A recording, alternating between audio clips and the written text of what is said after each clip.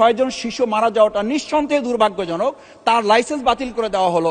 মাননীয় স্পিকার, আমি জানতে চাই, তাহলে 300 শিশু হামে মারা গেল, তাহলে আমাদের স্বাস্থ্যমন্ত্রী পদত্যাগের চিন্তা করেছেন কিনা?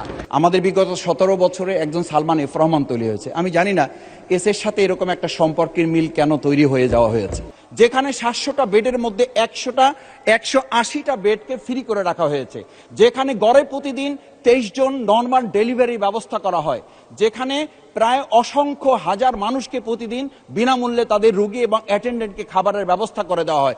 এরকম একটা হাসপাতালকে শুধু 6 জন শিশু মারা যাওয়াটা নিঃসন্দেহে দুর্ভাগ্যজনক। তার লাইসেন্স বাতিল করে দেওয়া হলো। সেখানে এখন প্রায় 1000 খানেক ছাত্র আছে। আমরা অত্যন্ত দুর্ভাগ্য বশত লক্ষ্য করছি, যেখানে বহির্বিশ্বের সাথে আমাদের সম্পর্কের এটা একটা মাধ্যম, সেখানে প্রায় 247 জন বিদেশি ছাত্রছাত্রী শিক্ষার্থীরা আছেন। তারা দাঁড়ে দাঁড়ে ঘুরছেন। এটা বাংলাদেশের সম্পর্কে ধারণা ভালো হচ্ছে না, বিদেশে আমাদের সম্পর্কে মেসেজ ভালো যাচ্ছে না।